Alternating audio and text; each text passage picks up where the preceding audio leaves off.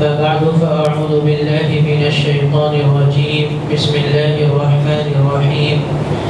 ومن أحسن قولا ممن دعا إلى الله وعمل صالحا وقال إنني من المسلمين صدق الله العظيم وقال النبي صلى الله عليه وسلم ما دل على خير فله أجر مثل فاعله أو كما قال عليه الصلاة والسلام. نہایت ہی قابل قدر مصلیان کرام، محترم بزرگوں، نوجوان دوستوں اور عزیز ساتھیوں، پہلی بات آج یہ عرض کرنی ہے کہ کوئی بھی دین کی بات نیت کی اصلاح کے ساتھ سننی اور کہنی چاہیے. بے نیتی کے ساتھ کوئی بھی بات کہی جائے اور سنی جائے تو اس کا فائدہ نہیں ہوتا. نیت کی اصلاح آج مسلمانوں کی اکثریت کی یہ حالت ہے کہ بغیر نیت کے کام کرتے ہیں. تو بغیر نیت کے ہمارا کوئی کام نہیں ہونا چاہیے. نیت کی درستگی کے ساتھ ہمارا ہر کام ہونا چاہیے تو اس سے ہم کو فائدہ پہنچے گا. تو ہم نیت کریں کہ انشاءاللہ جو باتیں میں خود نیت کروں کہ جو کہوں اس پر عمل کی نیت ہو، اللہ عمل کی توفیق نصیب فرمائے، اور جو باتیں آپ حضرات کی کانوں سے ٹکرائے ان باتوں پر آپ حضرات بھی عمل کرنے کی کوشش کریں. تو نیت کی اصلاح. دوسری بات یہ کہ ادب کا لحاظ. اللہ کے نبی صلی اللہ علیہ وسلم نے فرمایا الدین کلہ ادب، دین پورا کا پورا ادب ہی ہے. ہر چیز کو ادب کے ساتھ اور احترام کے ساتھ ادا کرنا، اس کو انجام دینا، یہ دین کا حصہ ہے. تو دین کی مجلسوں میں خاص طور پر جب ہم جمعہ کے لیے مسجدوں میں تشریف لائیں تو ادب و احترام مسجد کا بھی اور دینی مجلس کا بھی دونوں ملحوظ رہے. بہت ہی بے توجہی کے ساتھ جمعہ وغیرہ کی مجلس میں اور اسی طرح دینی مجلسوں میں ہم لوگ شرکت کرتے ہیں. نوجوان طبقہ ہوتا ہے، بجائے نیچے آ کر کے بیٹھنے کے وہ جلدی آتے ہیں لیکن اوپر جا کر کے بیٹھتے ہیں. تو اس سے نقصان یہ ہوتا ہے کہ وہ کوئی بات سنتے نہیں، یا پھر سنتے ہیں تو آدھی ادھوری بات سنتے ہیں، تو غلط چیز کو لیتے ہیں اور پھر غلط طریقے پر عمل کرتے ہیں، تو بجائے فائدہ ہونے کے نقصان ہو جاتا ہے. تو سب سے پہلی چیز نیت کی اصلاح. دوسری چیز مسجد کا ادب و احترام، مجلس کا ادب و احترام. ان دو باتوں کو ذہن میں رکھتے ہوئے آج کی یہ بات عرض کرنی ہے آج کی مجلس میں کہ بزرگوں، اللہ تبارک و تعالی نے انبیاء کرام علیہ السلام کو امت کی فکر عنایت فرمائی تھی. جس طرح ایک بچے کو، ایک باپ کو اپنے بچے سے تعلق ہوتا ہے اور اس سے محبت ہوتی ہے کہ کوئی پریشانی بچے پر آ جائے، کوئی مصیبت بچے کے اوپر آ جائے تو باپ پریشان ہوتا ہے، بے چین ہوتا ہے، اور اس پریشانی کو اور اس بے چینی کو ختم کرنے کے لیے باپ حتی المقدور کوشش کرتا ہے. اس سے کہیں زیادہ تعلق انبیاء کرام علیہ السلام کا اپنی امت کے ساتھ ہوا کرتا ہے کہ امت گمراہی میں نہ پھنس جائے، امت راہ راست سے ہٹ کر کے، ہدایت سے ہٹ کر کے، صراط مستقیم سے ہٹ کر کے غلط راستے پر نہ چل پڑے. اس تعلق سے انبیاء کرام علیہ السلام فکر مند ہوا کرتے. تو انبیاء کرام علیہ السلام کی فکر کا محور، انبیاء کرام علیہ السلام کی فکر کا مرکز جو ہوا کرتا تھا وہ یہ کہ امت کسی طرح جہنم سے بچ کر کے جنت میں جانے والی بن جائے. بدعملی کو چھوڑ دے، بد اعتقادی کو چھوڑ دے، بد اعتقادی سے بچ کر کے اور بدعملی سے بچ کر کے امت اعتقاد درست کر کے اور اعمال کو درست کر کے اپنے رب کو راضی کر لے، اور اپنے رب کو راضی کر کے جہنم سے بچ کر جنت میں پہنچ جائے. یہ انبیاء کرام علیہ السلام کی فکر ہوا کرتی تھی. چنانچہ تمام انبیاء کرام علیہ السلام نے اپنی امت کے تعلق سے فکر مندی کا مظاہرہ کیا۔ آپ نے سنا کہ قرآن میں اللہ تبارک و تعالیٰ نے نقل کیا حضرت نوح علیہ السلام کے تعلق سے فَلَبِثَ فِيهِمْ أَلْفَ سَنَةٍ إِلَّا 50 عَامًا، کہ نوح علیہ السلام 1000 سال میں صرف 50 سال تک اپنے قوم کے درمیان ٹھہرے رہے۔ فَلَبِثَ فِيهِمْ أَلْفَ سَنَةٍ إِلَّا 50 عَامًا، صرف 50 سال کم ہے 1000 سال میں، یعنی 950 سال تک نوح علیہ السلام اپنی قوم کے درمیان رہے۔ اور فکر مندی یہی ہے کہ قوم کے جتنے لوگ ہیں اپنے اعتقاد کو درست کر لیں، اپنے عقیدے کو درست کر لیں، صرف ایک اللہ کی عبادت کرے اور اپنے اعمال کو درست کر کے اللہ کو راضی کرے۔ نبی اکرم صلی اللہ علیہ وسلم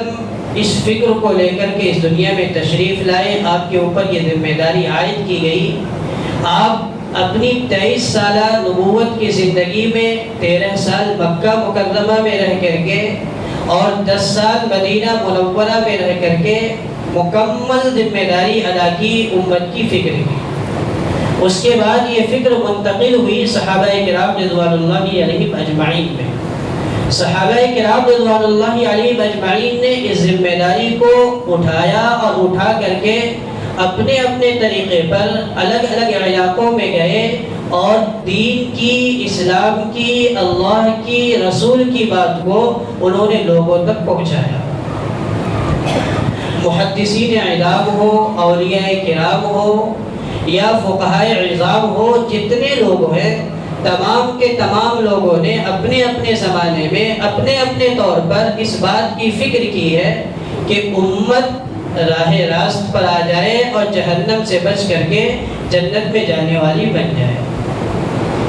یہ ذمہ داری کہ دین کی بات، اسلام کی بات، بھلائی کی بات، خیر کی بات لوگوں تک پہنچے۔ نبی اکرم صلی اللہ علیہ وسلم اس دنیا سے تشریف لے جا چکے ہیں، لیکن ہم سب کے اوپر یہ ذمہ داری اپنی اپنی حیثیت اور اپنی اپنی وسعت کے مطابق باقی ہے۔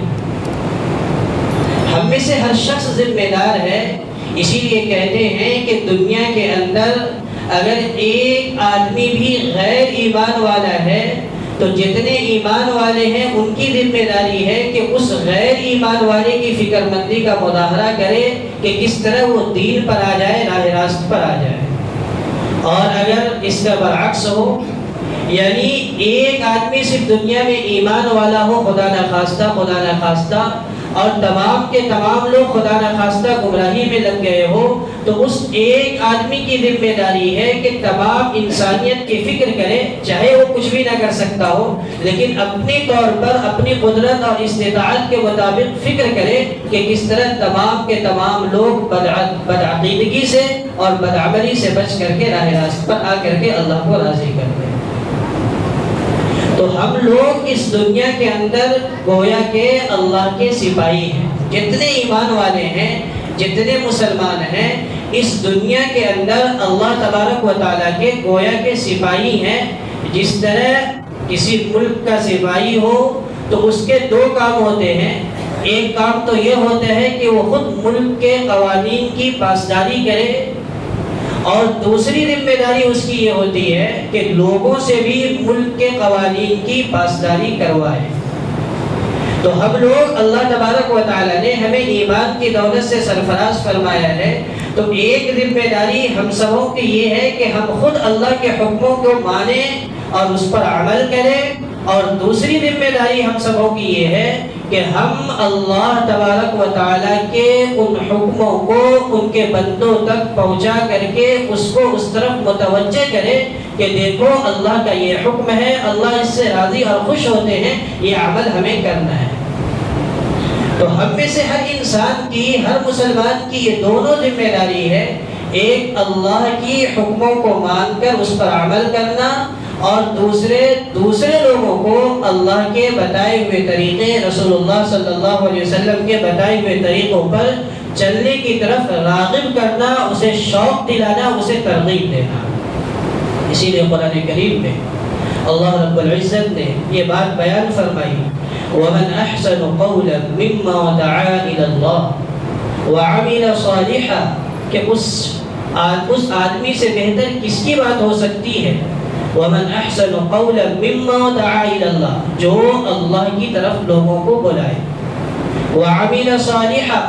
اور خود بھی نیک اور بھلائی کے کام کو انجام دے. وعمل صالحا وقال اننی من المسلمین اور وہ یوں کہے کہ میں تو اللہ تبارک و تعالیٰ کا فرما بردار ہوں، میں اللہ کی باتوں کو مانتا ہوں. تو اس سب سے بہتر بات انسان کی یہ ہے کہ انسان کو بھلائی کی طرف، خیر کی طرف، نیکی کی طرف، دین کی طرف بلائے.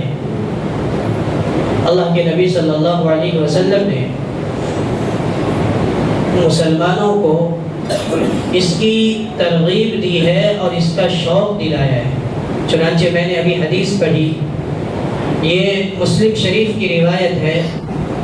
نبی اکرم صلی اللہ علیہ وسلم فرماتے ہیں ما دل علی خیر کہ جو کوئی کسی کی رہنمائی کرے کسی بھلائی کی طرف، فلہ اجر مثل فاعلی تو اس کو بھی یعنی رہنمائی کرنے والے کو بھی اتنا ہی ثواب ملے گا جتنا کہ بھلائی کرنے والے کو ثواب ملے گا. کہ بڑی بات ہے. اللہ کے نبی صلی اللہ علیہ وسلم نے یہ بات بیان فرمائی کہ اگر کوئی آدمی کسی آدمی کو خیر کی طرف بلاتا ہے، بھلائی کی طرف بلاتا ہے، اچھائی کی طرف بلاتا ہے، اور اس اچھائی کی طرف بلانے کی وجہ سے کوئی آدمی اس اچھائی پر عمل کرنے لگتا ہے. آپ نے ایک آدمی کو جھوٹ کی قباحت اس کے سامنے بیان کی، اب اس آدمی نے جھوٹ بولنا بند کر دیا. ایک آدمی کے سامنے آپ نے سچ بولنے کی اہمیت اور اس کے ثواب کو بیان کیا، اس کے فوائد کو بیان کیا، اور اس نے سچ بولنا شروع کر دیا.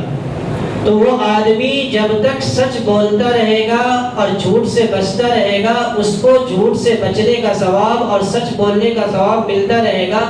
آپ نے اس کو ترغیب دلائی، اس کو شوق دلائی، اس کی اہمیت کو بتلایا، اس کے فائدے کو بتلایا، تو اس آدمی کو اپنے عمل کا ثواب ملتا ہی رہے گا. آپ کو بھی ثواب ملے گا اس لیے کہ آپ نے اس کی رہنمائی کی ہے.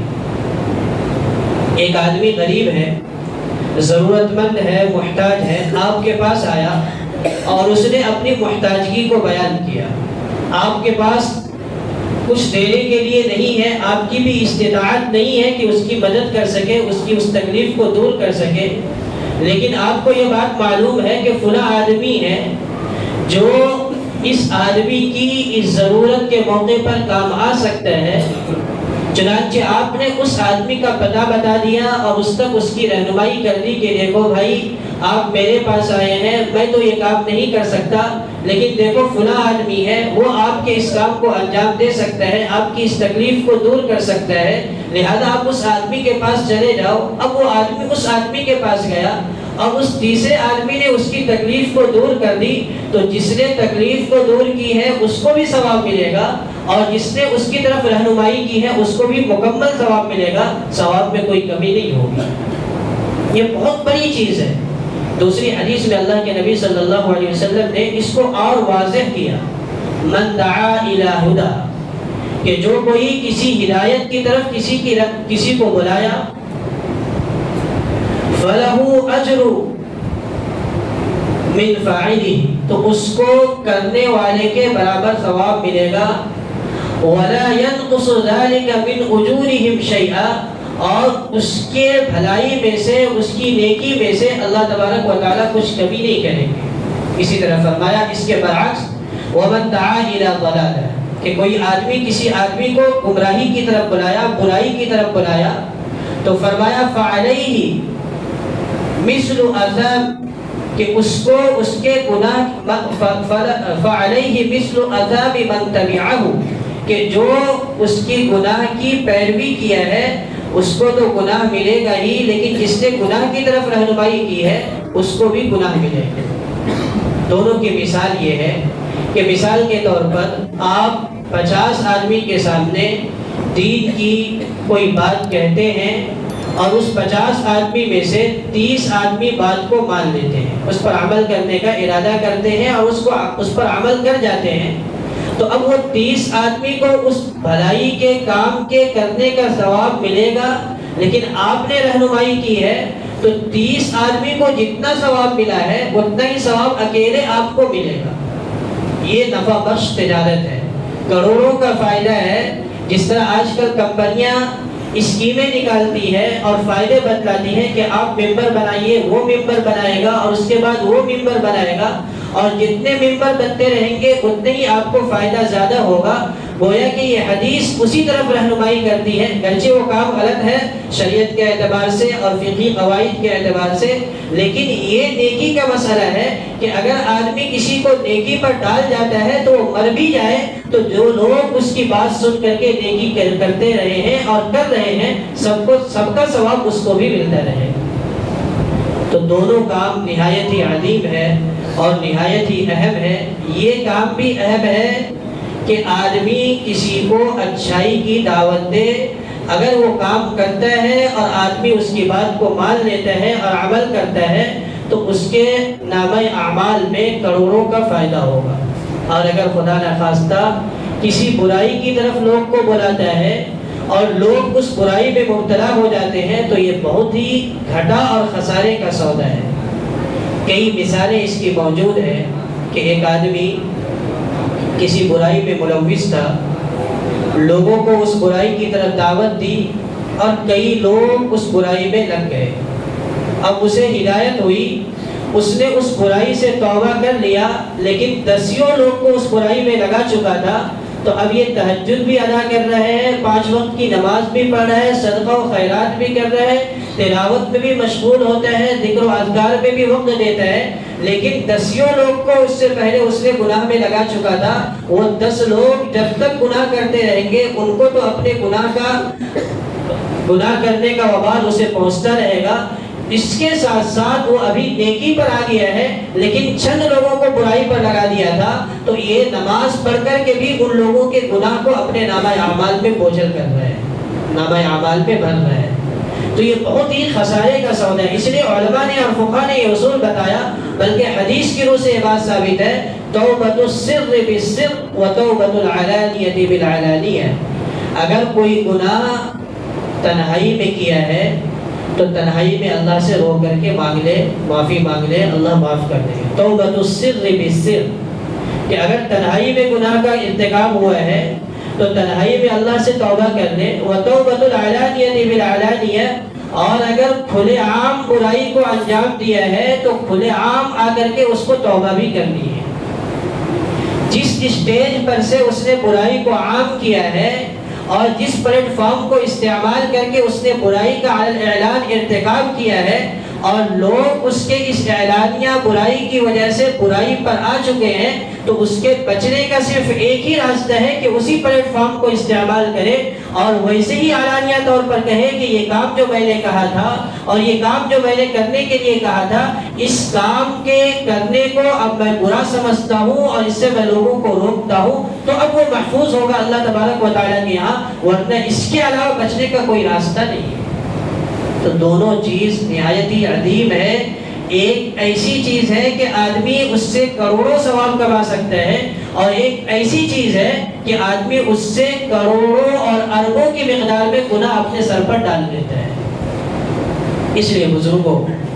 یہ 2 حدیثیں میں نے آپ کے سامنے نقل کی ہے۔ اصل بات میں جو عرض کرنا چاہ رہا ہوں آج وہ یہ ہے کہ دین کی بات، خیر کی بات، بھلائی کی بات لوگوں تک پہنچا دینا یہ بڑے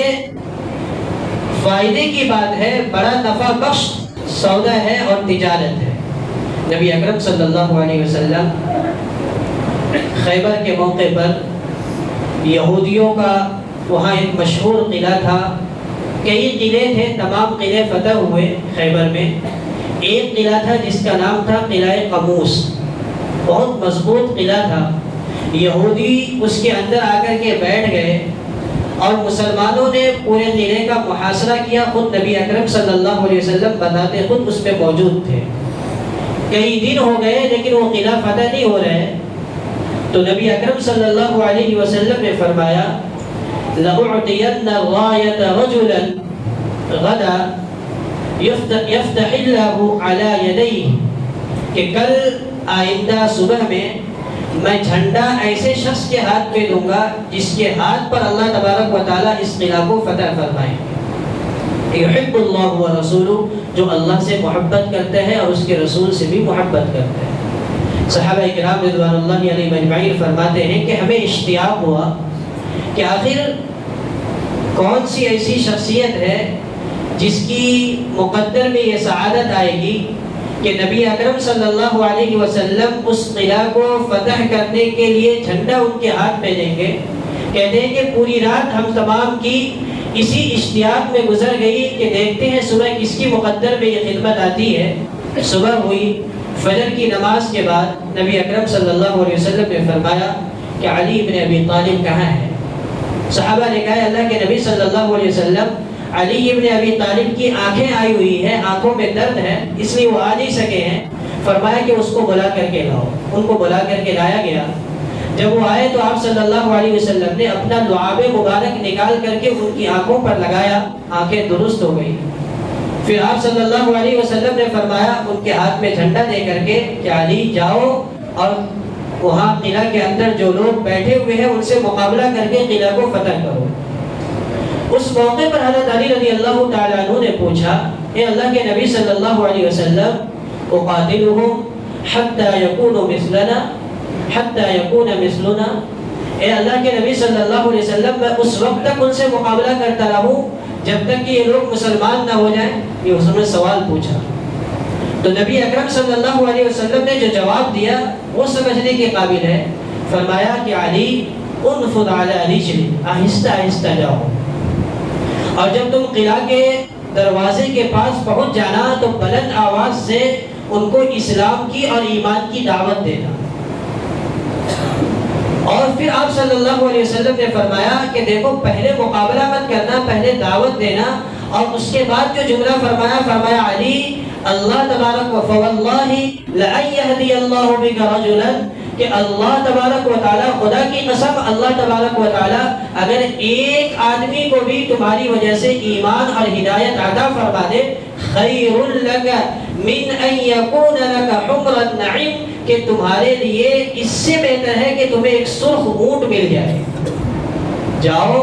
خیبر میں اور وہاں جا کر کے ایمان کی پہلے دعوت دو، اسلام کی پہلے دعوت دو، مقابلہ پہلے مت کرو۔ حالانکہ 4 دنوں سے اور 3 دن سے زائد سے محاصرہ کیے ہوئے ہیں صحابہ کرام، دعوت دیں گے جنگ کے موقع پر، دعوت کارگر ثابت ہو اس کی بہت کم امید ہوتی ہے، کیونکہ جب تمام تر ترتیبیں ختم ہو جاتی ہیں اور تمام تر ترکیبیں استعمال کر لی جاتی ہیں، اس کے بعد لوگ مقابلے میں آتے ہیں تو میدان میں پہنچے ہوئے ہیں، لیکن نبی اکرم صلی اللہ علیہ وسلم فرما رہے ہیں کہ علی جاؤ اور ان کو ایمان کی، اسلام کی دعوت دینا۔ اگر ایک آدمی بھی ایمان قبول کر لیا اور راہ راست پر آ گیا تو علی یاد رکھنا کہ عرب کے اندر سرخ اونٹ کی قیمت بے انتہا ہے، اور عرب کے اندر سب سے زیادہ قیمتی چیز جو سمجھی جاتی ہے وہ سرخ اونٹ ہی سمجھی جاتی ہے، لیکن کسی آدمی کا راہ راست پر آ جانا اور ہدایت پر آ جانا ایک سرخ اونٹ مل جانے سے کہیں زیادہ بہتر ہے۔ یہ بات ہے، یہ اللہ کے نبی صلی اللہ علیہ وسلم نے سمجھائی کہ دیکھو مایوس مت ہو جانا کہ میں تو 1 مہینے سے کسی کو سمجھا رہا ہوں، اور میں تو 1 ہفتے سے کسی کو، اور 1 سال سے اور کئی سال سے لوگوں کو بات سمجھا رہا ہوں، لیکن لوگ سمجھ نہیں رہے، یہ کہاں سدھریں گے، یہ کہاں اعمال پر اتریں گے۔ مایوس مت ہونا، یہ انبیاء کرام علیہ السلام کا طریقہ ہے کہ مسلسل دعوت دیتے جاؤ، لوگوں کو دین کی باتیں سمجھاتے رہو۔ اللہ کے ہاتھ میں ہے کہ اللہ جب چاہے جس کے دل کے کائے کو پلٹ دے،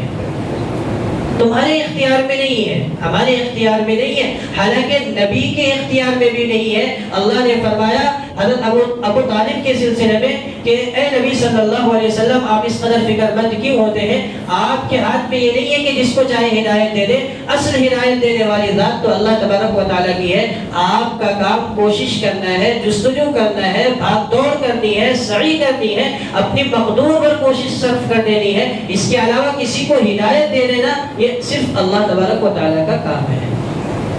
تو اللہ کے نبی صلی اللہ علیہ وسلم نے یہ بات اس کی طرف توجہ دلائی کہ مایوس مت ہو جاؤ، لوگوں کو دین کی باتیں بتلاتے رہو، سمجھاتے رہو، حق کی باتیں کہتے رہو۔ فرعون ہے، نمرود ہے، قارون ہے، ابو جہل ہے، ابو لہب ہے، ان سے بڑا سرکش کون ہوگا؟ ان سے بڑا اللہ کا نافرمان کون ہوگا؟ فرعون کے پاس موسیٰ علیہ السلام کو بھیجا جاتا ہے، ہارون علیہ السلام کو بھیجا جاتا ہے، کہا جاتا ہے اذهبا الى فرعون انه طغى، موسیٰ اور ہارون علیہ السلام آپ دونوں فرعون کے پاس جائیے، وہ ذرا نافرمان، سرکش اور نافرمان ہو چکا ہے۔ کیا کریں گے؟ فقولا له قولا لینا لعله يتذکر او یخشی، ان سے نرم بات کہو، فقولا له قولا لینا لعله يتذکر، ہو سکتا ہے کہ وہ اللہ سے نصیحت حاصل کر لے، او یخشی، اور اللہ تبارک و تعالی سے ڈر جائے۔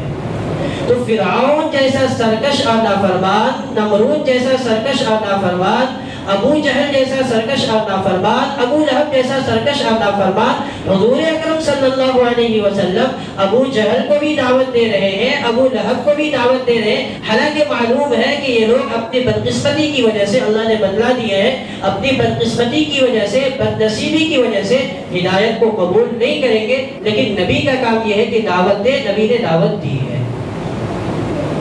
تو یہ دھن اور یہ دھیان اگر ہم ایمان والوں کے اندر آ جائے کہ اللہ کے نبی صلی اللہ علیہ وسلم نے فرمایا من دل علی خیر فلہ اجر مثل فاعلی، کہ جو کوئی کسی کو بھلائی کی طرف رہنمائی کر دے گا، بھلائی کرنے والے کے برابر ثواب رہنمائی کرنے والے کو بھی ملے گا۔ یہ دھن ہمارے بزرگوں کے اندر، ہمارے اکابرین کے اندر، ہمارے اسلاف کے اندر بزرگوں آئی، یہ فکر آئی، اور انہوں نے اس فکر کی وجہ سے کام کو، امت، دین کو، ایمان کو امت تک پہنچایا۔ ذرا ہم تصور کریں کہ ابھی ہم لوگ یہاں پہ تقریباً نیچے اور اوپر کے حصے میں لگا کر کے 350-400 لوگ ہیں۔ یہ 350 اور 400 لوگ یہ تہیہ کر لیں اور عزم و ارادہ کر لیں کہ میں جہاں بیٹھوں گا، جس کاروبار میں بھی لگوں گا، اس کاروبار میں، ملازمت میں، تجارت میں، اپنی مصروفیت میں لگے رہتے ہوئے میں جس سے بھی ملوں گا ایک دین کی بات، بھلائی کی بات اس تک پہنچا دوں گا۔ تو 400 لوگ آج مسجد کے اندر ارادہ کر لیں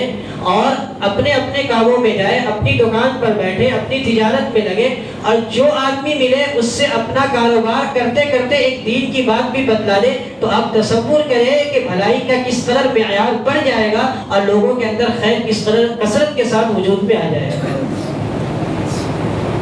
ایک دکاندار ہے، اس کی دکان پر کوئی آیا، اس نے سامان دیا اور اسی درمیان ایک بھلائی کی بات اس سے کہہ دی، دین کی بات اس سے کہہ دی۔ ڈاکٹر عبدالحی عارفی رحمۃ اللہ علیہ بڑے بزرگ گزرے ہیں، وہ اپنے دواخانہ پر جب آیا کرتے تھے تو دواخانے پر آ کر کے مریض کو دیکھتے تھے تو مریض کی بیماری کی تشخیص بھی کرتے تھے کہ آپ کو کیا بیماری ہے، اس کا علاج بھی ڈھونڈتے تھے، اور علاج بتانے کے ساتھ ساتھ اس کی اصلاح کی بھی فکر کرتے تھے، اس کے کانوں کے راستے سے اس کے دل تک دین کی کوئی نہ کوئی بات پہنچا دیا کرتے تھے۔ تو اس سے ہزاروں لوگ کی اصلاح ہوئی، اور آج مفتی تقی عثمانی صاحب، جس کا ہم نام سنتے ہیں کہ بڑے مفتی ہیں، بڑی عالم دین ہیں، وہ بھی ان کے پاس جا کر کے اپنی اصلاح کے تعلق سے باتیں کیا کرتے تھے اور ان سے رہنمائی لیا کرتے تھے۔ ایک ڈاکٹر ہے، طبیب ہے، حکیم ہے، اور اپنے دواخانے میں بیٹھ کر کے اپنے اوپر یہ دھن سوار کیا ہے اور یہ فکر سوار کی ہے کہ لوگوں کو دین کی بات بتلانی ہے، لوگوں کو ہدایت کی طرف متوجہ کرنی ہے، تو ایک ڈاکٹر سے ہزاروں لوگ اصلاح کروا کر کے جاتے ہیں اور ان کی دین بھی درست ہوتی ہے اور دنیا بھی صحیح ہوتی ہے۔ تو یہ فکر ہمارے اندر بزرگوں آئے، نبی اکرم صلی اللہ علیہ وسلم نے یہ فکر امت تک منتقل کی ہے۔ ایسی فکر نبی اکرم صلی اللہ علیہ وسلم پر طاری ہے کہ ابو جہل آپ صلی اللہ علیہ وسلم کو آ کر کے گالیاں دی ہے، اور آپ صلی اللہ علیہ وسلم گالیاں سن کر کے خاموشی اختیار کی، آپ نے زبان نہیں کھولا ہے۔ تو ابو جہل چڑ گیا ہے اور چڑ کر کے آپ صلی اللہ علیہ وسلم کو پتھر اٹھا کر کے نعوذ باللہ مارا ہے، آپ کے سر میں سے خون بہنے لگا ہے۔ سن 6 ہجری کا واقعہ ہے۔ آپ کے چچا حضرت حمزہ آتے ہیں اور دیکھتے ہیں، انہیں معلوم ہوتا ہے کہ ابو جہل نے نبی اکرم صلی اللہ علیہ وسلم کو پتھر مار کر کے زخمی کیے ہیں اور گالیاں دی ہیں، تو ناراض ہوتے ہیں اور سیدھے ابو جہل کے پاس جاتے ہیں۔ وہ بیٹھا ہوا ہوتا ہے، اپنے کمان سے اس کے سر پر دے کر کے مارتے ہیں اور ابو جہل کے سر کو پھوڑ دیتے ہیں۔ آتے ہیں، کہتے ہیں بھتیجے خوش ہو جاؤ، کیا بات ہوئی؟ چچا کہنے لگے کہ بھتیجے تجھے ابو جہل نے گالیاں دی اور تجھے سر پر پتھر مارا جس سے سر سے خون نکلنے لگا، میں آیا مجھے پتا چلا، میں سیدھا ابو جہل کے پاس گیا اور میں نے کمان سے اس کے سر پر ماری اور اسے بھی برا بھلا کہا، میں نے تمہارا بدلہ لے لیا، محمد خوش ہو جاؤ۔ حضور اکرم صلی اللہ علیہ وسلم نے فرمایا کہ چچا خوشی کی بات یہ نہیں ہے کہ آپ ابو جہل سے بدلہ لے لیں، مجھے تو خوشی اس وقت ہوگی جب آپ جہنم سے بچ کر کے جنت پہ جانے والے اعمال کرنے لگے اور ایمان قبول کر لیں۔ چچا نے یہ بات سنی اور جب درد دل کے ساتھ سنی تو ایمان قبول کیا، اور حضرت حمزہ رضی اللہ تعالیٰ عنہ اس وقت ایمان قبول کرتے۔ ایسی فکر، ایسا غم، ایسی کڑھن، اس طرح کا دھن کہ حدیثوں میں یہ بات ملتی ہے کہ جس طرح ہانڈی کے اندر پانی اور چیزوں کو ابالا جائے اور ہانڈی کے اندر سے آواز آتی ہے، آپ صلی اللہ علیہ وسلم جب رات کو ہاتھ اٹھا کر کے امت کے لیے مانگا کرتے تھے تو اب کے سینے مبارک سے اس طرح ہانڈی کی طرح آواز آیا کرتی تھی۔ ایسی فکر، لوگ صبح اٹھ کر کے کمانے کے لیے اپنے دکانوں پر، اپنے کاروبار پر جایا کرتے تھے، آپ اس لیے باہر جایا کرتے تھے کہ لوگوں کو بتائیں کہ اللہ ایک ہے اور اللہ ہی سب کچھ کرنے والے ہیں، ایک اللہ کی عبادت کرو۔ اور لوگ شام کو اپنے اپنے اعتبار سے کما کر کے اپنے گھر کو واپس آتے تھے اور آپ صلی اللہ علیہ وسلم گالیاں سن کر کے آتے تھے، دھکے کھا کر کے آتے تھے، صرف اس فکر کو لے کر کے کہ کس طرح یہ امت جہنم سے بچ کر کے جنت میں جانے والی بن جائے۔